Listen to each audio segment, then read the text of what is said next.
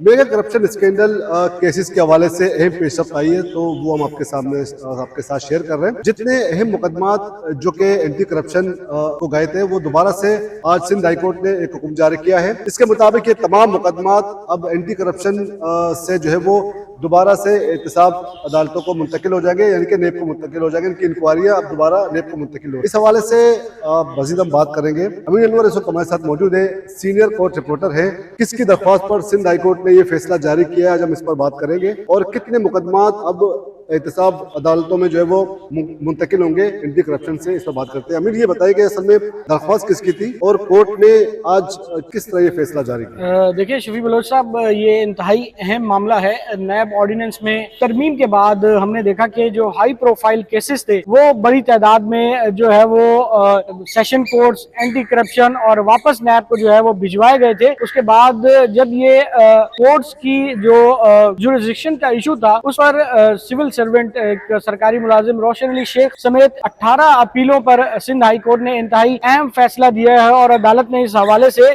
जो Sindh high court ने 10 reference वापस एहतसाब अदालत में बहाल कर दिए और इसमें इंतहाई अहम रेफरेंसेस शामिल हैं, जिसमें नैब रेफरेंस से मुतालिक अदालत में ज़ेरे अल्तवा तस्वुर होंगे। अदालत ने ये कहा है कि ये रेफरेंसेस जो है उन्हीं अदालतों में, यानी कि नैब कोर्ट में ही ज़ेरे अल्तवा तस्वुर होंगे और एंटी करप्शन या दीगर अदालतों को भेजे गए रेफरेंस का रिकॉर्ड वापस एहतसाब अदालत को मुंतकिल किया जाए। सिंध हाई कोर्ट ने ये बड़ा अहम जजमेंट दिया। और इसके साथ साथ जो रेफरेंसेस बहाल समझे जाएंगे उसमें वफाकी वजीर जो जिनका ताल्लुक MQM से है, मुस्तफा कमाल, साबिक DG SBCA इफ्तिखार कायम खानी, साबिक चेयरमैन KPT अहमद हयात व दीगर के रेफरेंसेस जो हैं वो अदालत ने कहा है कि एहतसाब अदालत में ही चलाए जाएंगे। और इसके साथ साथ अदालत ने यह कहा है कि शहरियों से फ्रॉड और अलॉटमेंट ना देने से मुतालिक, यानी कि जो कोऑपरेटिव सोसाइटीज होते हैं, हमने देखा कि 30-30 साल से मुकदमा चल रहे हैं, लेकिन उन अलॉटीज को जो है वो अभी तक कब्जा नहीं मिला है, किसी को लीज नहीं मिली है। इस तरह के जो भी पब्लिक चीटिंग एंड लार्ज के केसेस हैं वो बहाल समझे जाएंगे और वो दोबारा नैब कवानीन के तहत एहतसाब अदालत में ही चलाए जाएंगे। और इसी तरह साबिक IG गुलाम हैदर जमाली के खिलाफ जो रेफरेंस था वो भी वापस जो है वो एहतसाब अदालत को भेजा गया है। और अदालत ने ये करार दिया गया है कि अगर भर्ती होने वाले मुलाजिम अब तक मुलाजमत पर हैं या उनके खिलाफ महकमा जाती कार्रवाई नहीं हुई तो रेफरेंस आज खुद खत्म समझा जाएगा। और इसके अलावा अगर भर्ती होने वाले मुलाजिम बरतरफ किए जा चुके हैं तो जिम्मेदार अफसरान के खिलाफ कार्रवाई की जाए। Sindh civil servants act rules के तहत कार्रवाई करके सरकारी अफसरान तनख्वाहें या पेंशन वसूल की हैं वो भी वापस देनी होंगी। और एहतसाब अदालत किसी भी रेफरेंस को दूसरे फोरम पर मुंतकिल करने से पहले नैब की मावनत हासिल करने का पाबंद होगा एहतसाब अदालत जो है। और केसेस में सरकारी अराजी की मुबैना जालसाजी के जरिए जो मुंतकली की गई है, इख्तियारात के नाजायज इस्तेमाल और अमानत में खयानत जैसे इल्जामात मौजूद हैं। नैब तरमीम के बाद हर मुकदमा सिर्फ जाती मालियत के फायदे की बुनियाद पर नहीं देखा जा सकता। अदालत ने यह करार दिया है सिर्फ जाती माली फवायद के सबूत न होने की वजह पर एहतसाब अदालतों का दायरा खत्म नहीं होता है। एक बहुत बड़ा कंफ्यूजन था कि नैब ऑर्डिनेंस, जैसा कि आपको पता है कि नैब के जब से पर काटे गए हैं, जैसे कि आम जबान अगर हम 10 अरब रुपए से कम की रकम पर 50 करोड़ से 50 करोड़ रुपए से कम का जो मामला था वो नैब के दायरे अख्तियार से बाहर चला गया था। और इसी तरह जो सरकारी मुलाजमीन थे उस हवाले से और ब्यूरोक्रेसी को और लातादाद तरमीम की गई थी नैब ऑर्डिनेंस में, जिसके बाद हमने देखा कि धड़ाधड़ जो रेफरेंसेस थे उनमें जो बड़ी बड़ी करप्शन थी, जिसमें साबिक वफाकी वुज़रा भी शामिल थे। उन्होंने अपने रेफरेंसेस जो है वो ख़त्म करवाए इस नुक्ते पे कि नैब ऑर्डिनेंस में तरमीम के बाद एहतसाब अदालत को अब ये रेफरेंसेस चलाने का इख्तियार नहीं रहा है।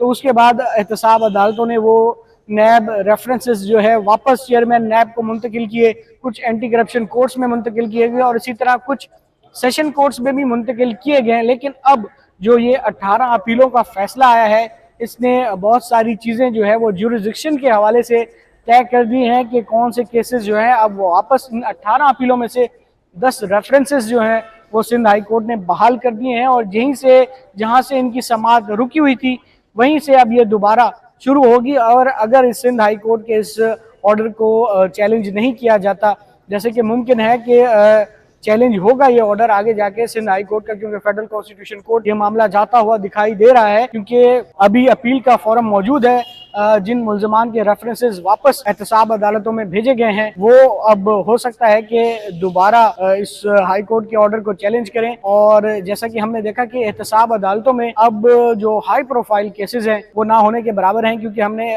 कराची में जो एहतसाब अदालतें हैं उनमें देखा था कि तकरीबन जो भी हाई प्रोफाइल केसेस थे उसमें मुल्ज़मान की पेशियां होती थी, लेकिन जैसे ही ये हुकूमत आई उसने सबसे पहला काम जो किया वो नैब ऑर्डिनेंस में तरमीम का था। और तरमीम के बाद हमने देखा कि धड़ाधड़ जो रेफरेंसेस पहले बनाए गए थे पिछली दौरे हुकूमत में, तो उस पर हमने देखा कि साबिक वजीर आजम शाहिद खाकान अब्बासी का रेफरेंस था, इसके अलावा डॉक्टर आसिम के रेफरेंसेस थे, दो रेफरेंसेस थे, इसके अलावा सूबाई वजीर इत्तलात शर्जील इनाम मेमन के रेफरेंसेस थे, वो एंटी करप्शन कोर्ट को वापस भेजे गए। इसी तरह जो रावलपिंडी एहतसाब अदालत में वज़ीर आला सिंध के खिलाफ भी एक रेफरेंसेस जो है वो ज़ेर समाअत था जो वापस एंटी करप्शन को भेजा गया था।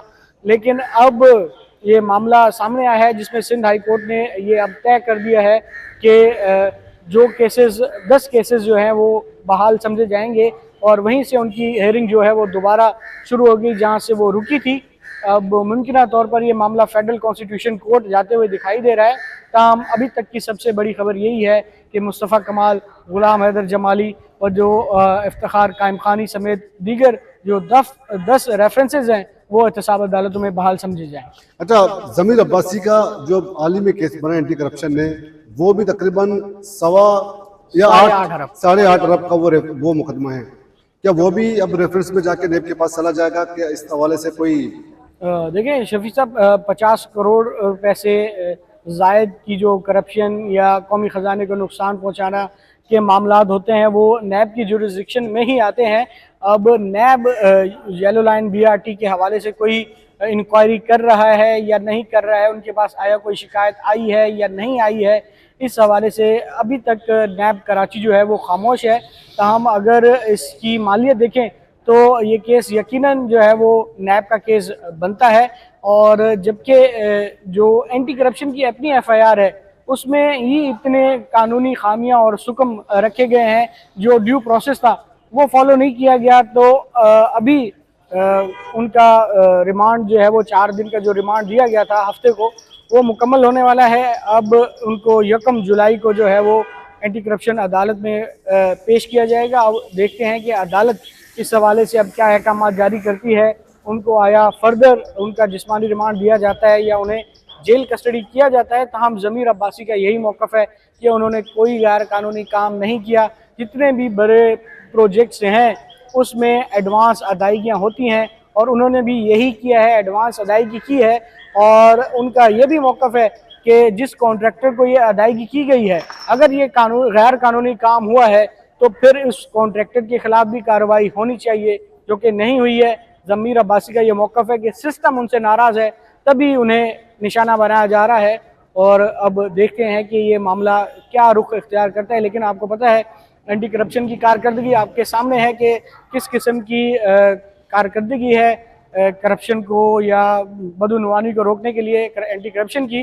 ताहम अब ज़मीर अब्बासी का मामला ज़ेर इल्तवा है और अदालत के ऊपर है कि वो अदालत उस FIR का, उस मुकदमे का क्या फैसला करती है। बहुत बहुत शुक्रिया अमीन अनवर। लेकिन आज की ये अहम डेवलपमेंट है कि किस तरह मेगा करप्शन के स्कैंडल्स दोबारा से नेब को जाएंगे और कौन कौन सी इंक्वायरी शुरू होंगी। और ख़ासकर काबिल ज़िक्र इसमें एक मामला ये भी है, ज़मीनों पर कब्जों के जो मामला थे, बड़े पैमाने पर जो स्कैंडल्स थे वो भी नेब के पास अब जाएंगे। तब तक के लिए इतना ही, और आइंदा एक और वीडियो के साथ अपनी खिदमत में हाजिर होंगे। तब तक के लिए इजाज़त दीजिए। अल्लाह हाफ़िज़।